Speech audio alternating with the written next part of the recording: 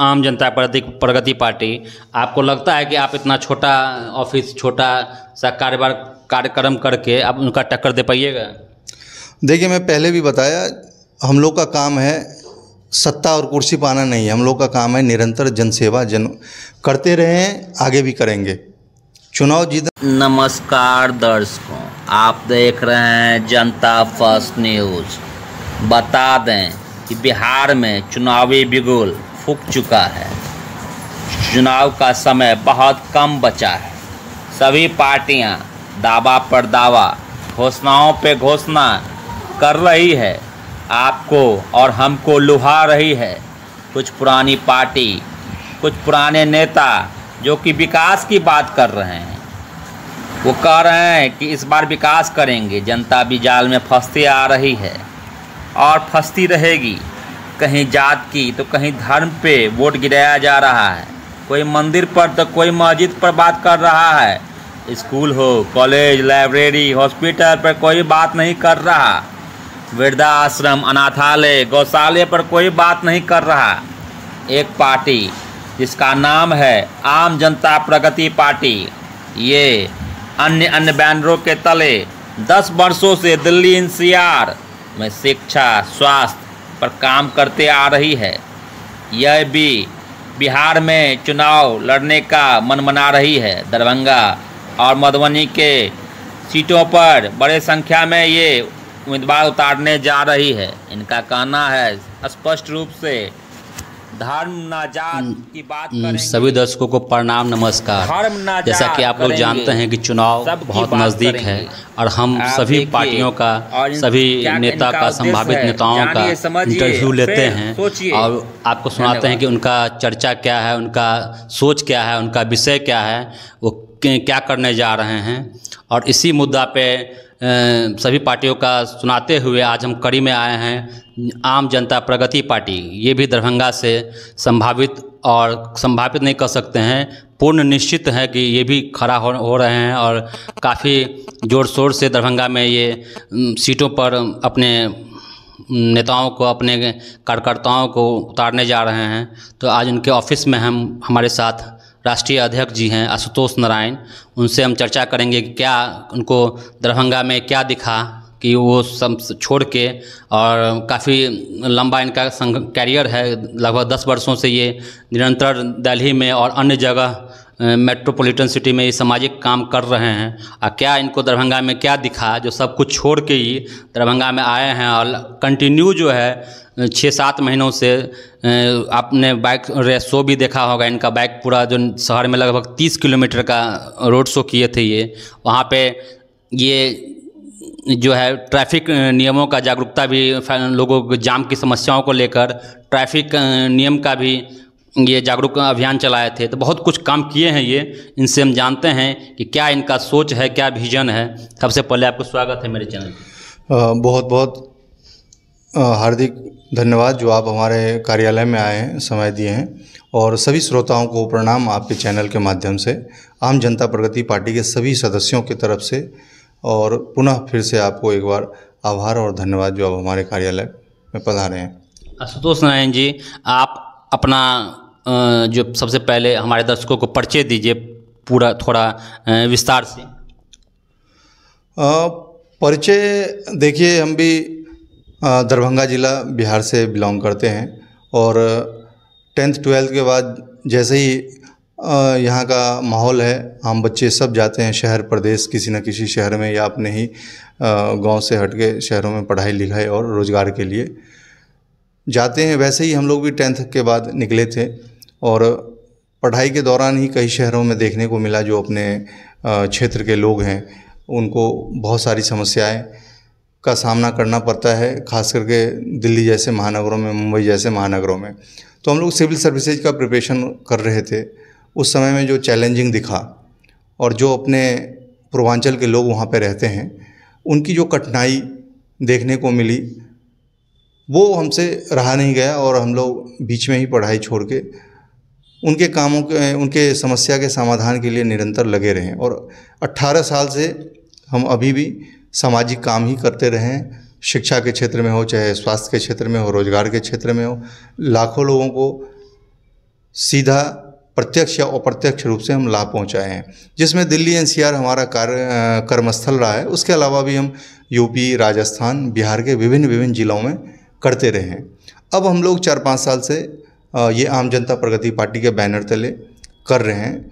हम लोग नए नहीं हैं, वादा नहीं करते हैं, काम करने का अनुभव है।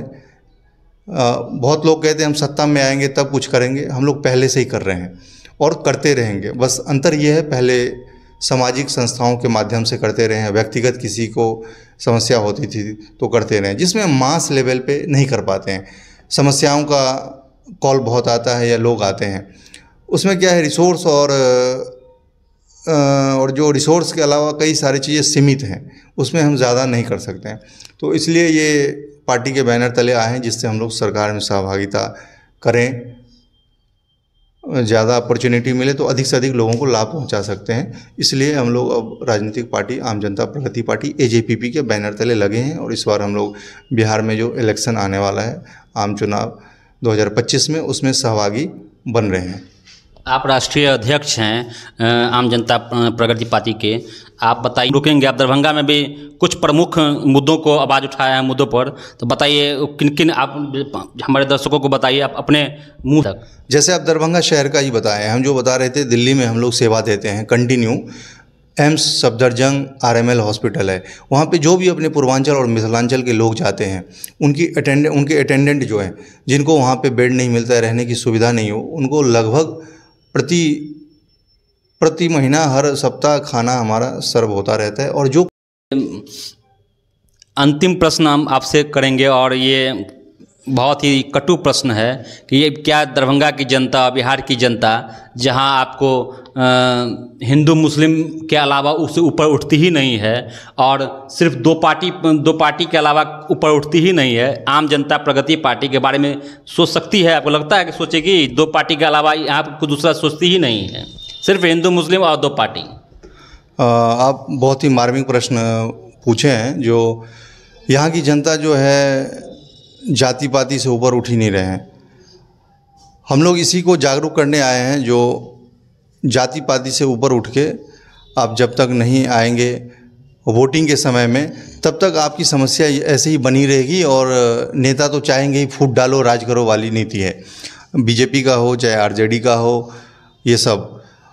हम लोग चाहेंगे आम जनता सब हैं, अगर सड़क बनती है, अगर हॉस्पिटल अच्छा बनता है, तो वो हिंदू हो या मुस्लिम हो, कोई भी जाति का हो, इलाज उनके और उनके बच्चों का, उनके परिवार का होगा, तभी वहाँ ना हिंदू मुस्लिम। अगर सड़क बनती है, अभी पूरे दरभंगा में बारिश हो जाती है तो नाला जाम, उसमें चाहे हिंदू हो या मुस्लिम, जो भी सड़क पे चलती है, कभी एक्सीडेंट होता है, कोई डूबता है, कोई किसी का काम बाधा होता है। तो इसीलिए इन सब चीज़ों से ऊपर उठिए।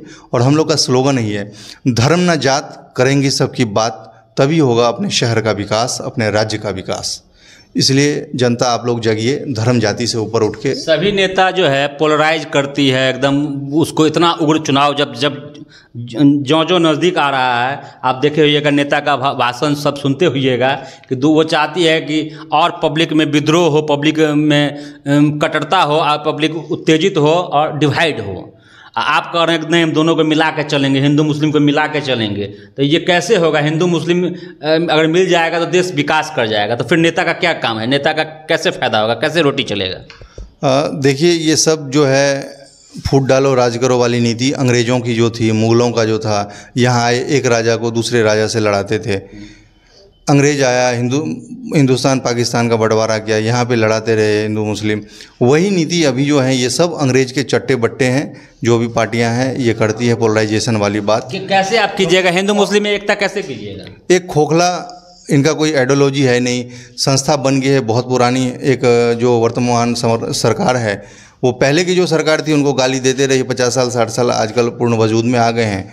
लोगों को झूठ भी 100 बार कहिए तो सत्य लगने लगता है। उनका बस काम यही है, फूट डालो राज करो। जो अंग्रेज़ों का था, जो मुग़लों का था, वही इनकी नीति है, पोलराइजेशन करना। भाई साहब, अगर पोलराइजेशन करना है तो आप या तो जिनसे दिक्कत है उनको यहाँ सदा के लिए हटा दीजिए। 10-11 साल से आप हैं, आपको जब काम होता है, सुविधा होता है, तो आप अल्पसंख्यक या जिस जाति को आप हिंदू मुस्लिम कहते हैं, आप दूसरे देश में जाते हैं, वहाँ पे तो बड़ा हाथ जोड़ के नमस्ते करते हैं, और यहाँ पे हिंदू मुस्लिम करते रहते हैं। सिर्फ अपने वोट बैंक के लिए कर रहे हैं, जो डरा के धमका के। आम जनता तो भोला भाला है, डर जाते हैं, ऐसी कोई बात नहीं है। हमारी भारत या हमारे राज्य की ऐसी पुलिस व्यवस्था, ऐसी प्रशासन होनी चाहिए, वो हिंदू हो, मुस्लिम हो, कोई भी जाति का हो, नियम कानून सब पे बराबर होगा। तो किसी पे अगर दंड, हमारा प्रशासन मजबूत है तो कोई अपराध करने का कोशिश ही नहीं करेगा। तो उसमें कोई फ़र्क ही नहीं पड़ता है आप कौन से जाति के हैं, कौन से धर्म के हैं। आपका प्रशासन ढीला है, कोई भी नेता चाहेगा ये दंगा करवाए, प्रशासन को ढीला रखे, अपने हिसाब से हम चलाते रहें, लोगों को डराते रहें तो हमें वोट देगी। तो जिनकी संख्या ज़्यादा है उनको कम संख्या वाले से डराते हैं जो किसी तरह हमें वोट दें। दूसरा कोई है तो ज़्यादा संख्या वाला है तो उससे डराते हैं, कम संख्या वाले को उससे वोट लेते हैं। जो इस तरह का कर रहा है, आगे भी दिक्कत होगी। यहाँ धर्म के नाम पे कहीं लड़ा रहे हैं। देखिए अभी गुजरात में, महाराष्ट्र में भाषा के नाम पे पिटाई की जा रही है, कहीं क्षेत्र के नाम पे। तो ये किसी भी राष्ट्र के लिए, आप कह रहे हैं कि ये सब जो हो रहा है कोई ना कोई नेता का इशारे पे हो रहा है? 100% नेताओं के इशारे पे ही हो रहा है। ये आम पब्लिक को इतना ज़्यादा जो है मुश्किलें नहीं होती है, न जाति से, न धर्म से, न भाषा से। ये सिर्फ कुछ नेताएं हैं जिन कॉमन मिनिमम प्रोग्राम का मतलब क्या है कि जो भी वर्ग करे, चाहे जो भी वर्ग करे, उसको उस पर सजा होना चाहिए, निष्पक्ष रूप से, समान रूप से दोनों पे कार्रवाई होना चाहिए। बिल्कुल, मैं कह रहा हूँ शैतान दिमाग जिसका है, अपने घर में भी हमारे अंदर हो जाता है तो हम अपने परिवार में ही नुकसान पहुँचाना शुरू कर देते हैं। तो किसी जाति का हो, धर्म का हो, ऐसा कोई नहीं है जो किसी दूसरे धर्म के लोग हैं तो वो ज़्यादा अपराध कर रहे हैं और दूसरे धर्म के हैं तो वो कम कर रहे हैं। पूरे भारत में या पूरे विश्व में देख ही रहे हैं, पुलिस है सब जगह, सैनिक है सब जगह। इसका मतलब क्या है, सबके दिमाग में कुछ ना कुछ शैतानी है, गुण अवगुण है। इसीलिए उस चीज़ को रोकने के लिए हर जगह पुलिस व्यवस्था है, सैनिक व्यवस्था है। उसमें अगर आप बहुत बड़ा प्रश्न पूछे, हिंदू मुस्लिम में क्या अंतर है? हिंदू मुस्लिम में कुछ भी अंतर नहीं है। समझने वाले के लिए जो सामाजिक लोग हैं, जो उच्च दिमाग के लोग हैं, वो तो एक मानव को मानव की तरह देखते हैं। उनके व्यवहार कैसा होना चाहिए, उनका चरित्र कैसा होना चाहिए, उसके आधार पर किसी भी समाज का डेवलप होगा और डेवलप होता है। धर्म के नाम पे होता तो सनातन धर्म तो सदियों से यहाँ पे है ही, और फिर भी मुग़ल आ गए यहाँ पे, डच आए, अंग्रेज आए, सब शासन करके गए ही। तो क्यों? वो दिमाग नहीं था जो आपस में हम अपने शासन प्रशासन को मजबूत करें, जो हमारे सीमा को लांघ करके दूसरे विदेशी आक्रांता आके हमारे यहाँ राज करें। अभी भी वही हो रहा है, फूट डालो राज करो इधर कर रहे हैं। कभी चाइना घुस रहा है, कभी पाकिस्तान घुस रहा है, कभी नेपाल घुस रहा है, घुस ही रहा है। आप क्या कर लिए हैं? कुछ भी नहीं कर पाते हैं। आप देखते होंगे जन स्वराज एक बहुत बड़ी पार्टी है, बहुत बड़ा उसका प्रोपेगेंडा है, बहुत बड़ा उसका एडवर्टाइजमेंट प्लानिंग है, सब कुछ उसका जो लाव लश्कर बहुत बड़ा है। तो आप आम जनता प्रगति पार्टी, आपको लगता है कि आप इतना छोटा ऑफिस, छोटा सा कार्यक्रम करके आप उनका टक्कर दे पाइएगा? देखिए, मैं पहले भी बताया, हम लोग का काम है सत्ता और कुर्सी पाना नहीं है। हम लोग का काम है निरंतर जनसेवा, करते रहें, आगे भी करेंगे। चुनाव जीतना नहीं जीतना अलग बात है। जनता अगर आशीर्वाद देगी तो हम लोग बढ़िया से काम करेंगे और बढ़ चढ़ के काम करेंगे। नहीं आशीर्वाद देंगे, वहाँ तक हम अपनी पहुँच नहीं बना पाए तो भी काम करते रहेंगे, क्योंकि हम लोग का लक्ष्य है कुर्सी पाना नहीं। हम लोग का लक्ष्य है जनता के हित में काम करना, जो भी समस्या है उसका समाधान करना, चाहे राजनीतिक प्लेटफॉर्म से करें, सरकार में रह के, या सामाजिक संस्था से करें।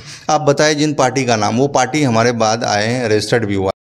जो ट्रैफिक डीएसपी भी इनके साथ ये पूरा मार्च किए थे और इन लोगों को जागरूक किए थे। हम खुद कवरेज करने वाले हैं। तो कहने का तात्पर्य है कि पब्लिक आखिर क्यों इतना जो परेशानी, पब्लिक का क्या जिम्मेवारी है? पब्लिक जिम्मेदार नहीं है उसके दिक्कत के लिए, उसकी परेशानी के लिए? क्या पब्लिक जिम्मेदार नहीं है? देखिए, पब्लिक बीजेपी आरजेडी जो के अलावा कुछ सोचता ही नहीं है। मैं वही कह रहा हूँ, पब्लिक देखिए भोला भाला है, वो इतना समझ नहीं पाते हैं।